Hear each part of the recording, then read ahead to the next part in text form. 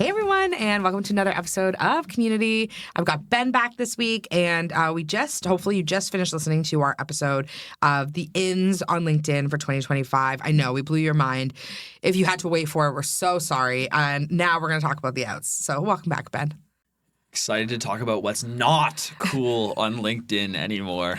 Ben is the authority on what's not cool everywhere, so we'll take his advice on what's not cool on LinkedIn. But maybe if you want to just quickly, do you want to quickly go through just kind of like what some of those ins were? And just so high level, just so if anyone missed the first episode, they aren't coming in totally blind. Yeah, we talked about a couple of like tactical things to start off. We talked about like verifying your profile. We talked about like how relevant video content is. Yeah. We talked about using hashtags. But like I feel like the real kind of like crux of like what we were talking about in our first little ins section is like how important it is to like show up authentically, put your face behind your marketing plan on LinkedIn, and really like not really get too stuck in like the rut of like, oh, what's LinkedIn content and what's Instagram content and what can't I do on this platform? What can't I do on this platform? We talked about like how important it is to show up as you feel comfortable showing up and attracting the people who have like kind of like aligned energy and similar hopes and dreams and like personalities, and like they're gonna come into your world based off of what you're posting and how you're showing up. And that's basically the best LinkedIn strategy you could have in 2025. Totally. Yeah. Yeah, love it. Yeah, and so I think really, I would really encourage you to listen to it. And if you are like brand new to LinkedIn, you got to listen to the first episode Ben and I did together about it because it's kind of like the most basic, like here's what's going on LinkedIn, but this is kind of our updated version. And so we're going to go through kind of like what are some of the outs on LinkedIn? What are things that like, we've stopped doing? We talked a little bit about one, which was we talked about automated outreach. And that was like really for us, like really kind of an unaligned kind of biz move anymore. We were kind of done with it. We didn't feel like it brought in like the most quality to our LinkedIn, which is really important, especially on LinkedIn where there isn't a ton of volume in terms of content creators, but there are people on there, right? And so making sure you're bringing in kind of the right people. So maybe we'll start there. I know we kind of talked a lot about it in the last episode, but one of the things we didn't talk about was that is kind of some of the cons of it, which were like, one, your account can get flagged. Yeah. It's pretty tough. It's tough. Yeah. So like truthfully, like using like especially at the level that at one point we were using LinkedIn, we're not doing that anymore. So LinkedIn, if you are listening to this, don't come after us. You got the wrong people. Especially if you're automating the level that we were, it's not allowed actually. Yeah. At the root of it, like LinkedIn does kind of. They kind of walk the talk. I would say to some extent in terms of like we've been talking about how they've been prioritizing like authentic video content and showing up personally, and like they want people to be having person to person like connections. Like I think the reason why LinkedIn was started was to make business conversations and business connections more accessible, and like they still want that. So they don't really want you using automated softwares to make it easier for you. They would actually ideally want you spending, you guessed it, a lot of hours on their platform connecting with people, which I know it sounds like kind of tough, but like that is, I think, how you're going to get the deepest and most fruitful relationships anyways. So yeah, watch out. Your account can get flagged, and our account was flagged actually at one point. We had a good run with it before it got flagged. But it was briefly flagged, and that was a tough morning. Yeah, it was a tough morning. Especially because I woke up and it was like your LinkedIn's been deleted, and I was like, no. And I don't know if you guys know this. If you don't know this about me, you need to know. Me and Maria have a very healthy fear of Ben. Like we just like do not want to disappoint him in any way. And so I was scared to tell him about this because you've been working so hard on this. But I will tell you, so I'm reflecting on this in real time. So we actually used an Instagram automation tool when we started the social snippet, and the same thing happened. Yeah. The social snippet Instagram account got deleted, and I had to bring it back from the dead and felt pretty bad about it. And so I think the rule here is that if they have these rules, they're there for a reason, and authentic connection is like probably the way to go. Yeah. Are we going to tell you that you should never, ever use them? Like, not necessarily, but again, I think this is basically, you've been warned. Yeah. Like, it can do a lot of good. Yeah. And it could also ruin everything. Yeah. So take your chances. I think if you want to take your chances, best wishes. But I think that if you're in a position where you feel like your posts are getting seen and you are able to kind of organically get a funnel of people that you're able to connect with, I think that you should really consider the fact that you might not even need it. You just might need to prioritize and, be strategic about the time you spend and how to, get really fruitful relationships. So automated outreach is kind of on the outs. Yeah. It's maybe not dead, but it's limping. It's not doing so hot. Yeah, not doing hot. And I'll say too, it's interesting because one of the other things that, you'd prepped when we talked about this was this idea of like, people getting mad about automated outreach. That was something I was not ready for.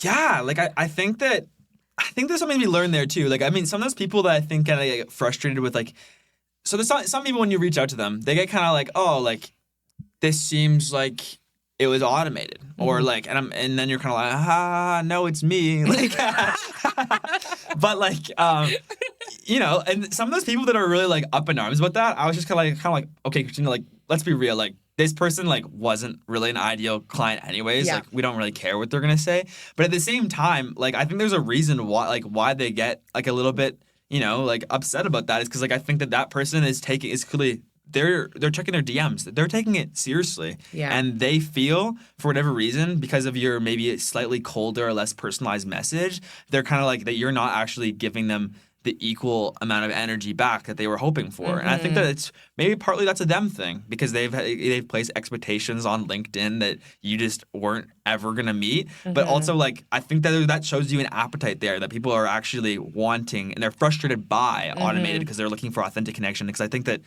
again, if you commit the time and the energy to it, like, you'll find people are willing to talk with you on LinkedIn if you're willing to kind of, make the first move. Totally. So, yeah. Well, I find it interesting, too, because I often get LinkedIn outreach and people will be like, Kristina, are you dead? And I'm like, no, I just didn't respond to you because I don't respond to, like, automated messages. And then we were sending automated messages and I was like, I kind of get it. Yeah. But the other thing too is that people are getting more crafty with the way that they connect with people, which is like, we've had it before too where, people will send us videos. Yeah. And they'll be like, hey, Ben, like, this is the sitch. And the one with the lady that had like the Kristina like bright LED sign above her head. And I took that lady on my podcast because I was like, she like cared. Like, and she had this like, she had written it like Kristina on like an LED thing. And it was like very obviously not automated. And I was like, this is kind of impressive. Like, you got my attention, you know? At first I was like a little bit odd, but you know what? Like, we're talking about her right now. So, I think that, that extra mile, that LED sign, if you got to go get that to differentiate yourself, do it. Get the LED sign. Get it. Why not? Yeah. I love it. That's the first one that we kind of wanted to reiterate was automated outreach is kind of out and it's a little bit risky. And I think that if you want to really differentiate yourself and show up as that person, like, oh, I have to connect with that person, you're probably not going to get there necessarily by doing automated outreach. The second thing that is kind of out for 2025 on LinkedIn, I think, is overusing AI content. This is, again, a bit of a one where we're kind of like, oh, are they taking back what they previously said? I think that, like, you should use AI to repurpose your content to make sure that you're not spending 6 hours a day on content. Like, that's outrageous. Like, reuse things, like maximize your long-form content, your podcast, your blog, your social captions. Like, that can be used on LinkedIn and it should be. And if you need to use AI to like fine-tune that, that's great. Yeah. But you don't want to show up as the person who's like embracing the world of like that, those like kind of cliche like chat, like GPT, like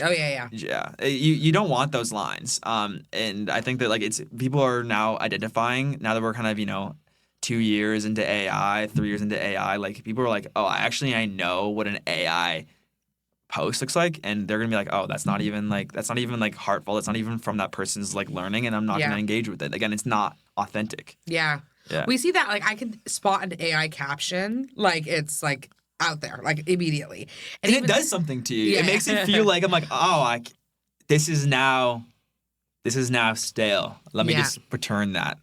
Yeah, it's totally. Like, it's like you when you get a bad Coke at a restaurant or a bad Pepsi. It's like, yeah, that's not up to par. Let me just put that back. You know what's so funny is yesterday we went out and the woman was like, we were making jokes about like returning things, like people returning food. And I was like, I am like a Diet Pepsi returner. And she's like, me too. She was like, if the Diet Pepsi is flat, if there's not enough ice, and I was like, okay, I'm not that far, but I like love this for you that you're embracing it.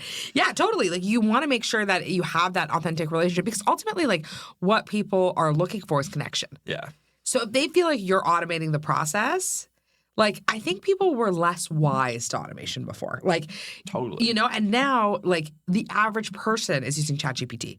Like, Yeah. that's different than it was. Obviously, ChatGPT wasn't here, but, like, that's different than it was 5 years ago when, like, you being able to post on Instagram was not the norm, right? Like, yeah, well, there was no, like, what do you mean you didn't write that Instagram post? Who else wrote it? Your mom? Like, it's like that wasn't a thing, and people were like, any post is a post, and now it's like, I feel like there's almost 2 tiers of content where there's like the authentic content, and then there's sometimes there's basically I wanted to post on Instagram, so I came up with this. Yeah. And it kind of shows. Yeah. Yeah. And it's not I think same thing with LinkedIn as I do with all social media platforms really is that like it is not quantity over quality. It's like you are better to post 3 times on LinkedIn and it be like you post an article, you do 2 like thought leader pieces or whatever, than it is for you to be posting AI like quips every single day. Yeah. And we use AI for our content, right? We'll take a podcast episode, we'll take the content from it. Like, there's no problem with that. But it's that original start is where I think the problem is. And so using AI for you to be like, hey, like what are 10 ideas for somebody in my niche? I use that sometimes for podcast episodes when I'm like, I'm inspired to speak, but I don't know what I want to talk about. I'll look about what people want to talk about. But I don't script it from AI. Yeah. So I think it's about finding that balance. Totally. Yeah, I think that point of origin, I think that is crucial. One thing that definitely differentiates repurposing content versus just posting mediocre or bad AI content is where are you getting the source from? Are you pulling this from the abyss of AI, or are you actually giving it the content and you're asking it to format it for you? And I think that is the difference. So I love that. So yeah, don't overuse AI in content. That's kind of number 2. Yeah. And number 3 out is kind of like, again, these themes that hopefully they're kind of hitting home for you because like again, like a lot of these ins and outs are kind of similar, but it's taking it too serious. Again, I think like even like, Buddy who's being like, this is an automated response like on LinkedIn. It's like, okay, like, yes, he's craving authentic connection. That is awesome. But I think that we take ourselves too seriously on LinkedIn. I think that is a bit of like a historical thing for this platform is it's kind of like, oh, you have to have like X corporate job to be on LinkedIn. Like LinkedIn's only really about getting jobs and posting like employment updates and stuff like that. Like no, like LinkedIn is a social media platform. Yep. There are all kinds of content there, professional content, personal content, creative content, thought leader pieces, and we shouldn't be taking it too seriously. We need to have fun on LinkedIn, and we need to show up with our personality, with our face, and show up with energy, just like we would on any other platform in order to have success. Yeah, 100%. I think that's actually where people go really wrong with it is that they think it's like a job-seeking tool. Or like a hiring tool, which it is. Like we've hired off of LinkedIn. We've gotten some great social media managers. We'll do it again. That is one of the main uses, but it's not the only use. Yeah. No, and like especially if you're a business, there's other business owners on there. So if you're selling B2B, like it's such a great spot. Yeah. But if you're like sitting there being like, oh, like this is like it needs to be really tight and it needs to look like this and it needs to look like that, then you miss out on some of the magic that happens there. Yeah. And I actually think my prediction for LinkedIn 2025, apart from like more video and like thought leadership and all of that, is that people are going to be using it to be more personal. Yeah. Like, and even like when we were chatting about like my pregnancy announcement, and I was like, do I post these photos on LinkedIn? And I was like, no, I'm gonna wait until I'm like out of office, like But I like have the intention of posting something about it, but 5 years ago, someone probably wouldn't. Yeah. And now it's becoming so normal for people to be like, hey, like this is what I'm up to. Here's what I'm doing. Like I'm taking a leave. Like women are posting about, like feminism in the workplace, like things that are so important. Yeah. So I think there's going to be more of a personal turn towards it. Yeah. I mean, I think you've talked about with Maria the topic of like, is business personal? Yeah. And it's like, I think like you can try to make it not personal. And I think boundaries are awesome. Like put the boundaries in place that you need. But in general, like I think that like you show up to work, you show up to your business as yourself, and like that is every part of you. I think like even think about like LinkedIn, we do want professional content, but like how can your personal moments become professional content? Because like I think like that can be the same thing. It's like not, oh, I had a baby and here's a cute baby photo. You can do that, but also you could be like, I had a baby and here's actually how I have been like struggling to transition away from my business with with my first child. Like that's significant. People want to hear about that. Like that is relevant to business. Yeah. It's like when you go through when you lose somebody, when you go through when you get married, when you have an exciting new update in your life, you move, like that affects you the way you show up in business. And like that is relevant. Like there's nothing really not relevant to business. Like because business is personal and we, especially in like, you know, a lot of our community are entrepreneurs and small business owners. Like you are your business, maybe even to a fault. Like Totally. we talk about that all the time in Social Snippet is like, oh, like we want to be the Social Snippet. We don't always want to just be Maria and Kristina, but like the reality is like so much of the great people we have and the great community we have is because like you show up to your business as yourself. And like that's a beautiful thing. So yeah. I totally agree, man. And honestly, I think it's such a, like, people get so like, oh, like it's business and then it's personal and like they're separate things and like whatever. But at the core of business is like people love doing business with people they like. Yeah. Like people that they trust, right? And the way you have to build that know, like, and trust, we have this opportunity that has never been here before in business to scale businesses, to do online business, to be in front of new people in a way that's never been possible, to be in front of all of these people, and to build know, like, and trust without people knowing us. So I think about some of the investments I've made in the last 4 years, right? Like Maria and I have invested, like, with no exaggeration, hundreds of thousands of dollars back into our business. Like literally, like I told my mom, we were like trying to do some math on stuff, and my mom was like, stop doing this. And I was like, I can't, because I know it grows our business. I've seen it. Like I've seen the return on things, whether it be immediate or whether it be 5 years out. But what I can tell you from that is that I've made investments in people online that I've never met. I've given people $10K. I've given people, you know, like recently we just made an investment. I went to a 2-hour dinner. I was like, well, it seems reasonable. Like we paid $7,000 later that day. Like, you know, and it's like that is the power of relationship. And so I think we have this like opportunity that we've never had before to go one to many. To really stand out and be able to build like relationships. And I think LinkedIn is no exception to that. And I actually think it's even going to get stronger and better. And the people who are on there right now posting, who start today, are going to be able to see like really the ripple effect of building relationship, building content, and all of that. Yeah. I guess that's it. I guess we're saying just don't miss it. Don't miss it. You don't want to miss the LinkedIn boat. No. Okay, I'm going to ask you one last... It's not too late, though, too. Yeah, it has not left. So, yeah, this is... I think we've got it probably... not to delay your start, because someone's going to listen to this and be like, she gave me a later start. I think you've probably got another year before it's like you're going to start to feel the more of the saturation. Yeah. Right? I can see that. Right now, it's like... I know other social media managers are on there. I can't see them. Like it's not, they don't come up on my feed. Yeah. Right. So this is my time, right? Like to get out there. And so my last question for you, if someone's listening to this, they're like, okay, wow, Ben, so smart, so cool, so wise. What would you say would be like the first thing that they should start on LinkedIn? Like what would be they're overwhelmed. They're like, do I write an article? Do I start a newsletter? Do I post? Like what would be the first thing you would say for them to get focused on? It's tough. I'm not gonna count the verify your profile thing. Yeah. I just think that again, if you missed our first episode, that's a quick win that you can take today to get more eyes on your profile. But the second thing, I would just be like, get out of your own way. Like I don't know. Like I just don't know how else to tell you that like we started on LinkedIn by starting. Like that's basically there's no magic to it. Obviously, we refined some things, and I don't think I would necessarily suggest you immediately go to the LinkedIn newsletter or you immediately go to the articles. I think those are things that you should look into. You should refer to the ones that we're putting out. Look for your favorite like creators on LinkedIn. I'm sure they're doing something really cool in those spaces. But I would just post something. I think take like some of your top performing posts from Instagram or from Facebook, wherever you are else on social media. I think about even like some of the first videos we posted for you on LinkedIn were like some really like high quality like reels on Instagram that we had already posted like ages ago but weren't in this space. We posted them again and like great engagement on them. Yeah. I think that like you're already sitting on content that you haven't tapped in. So I think identify like what are my pinned posts on Instagram?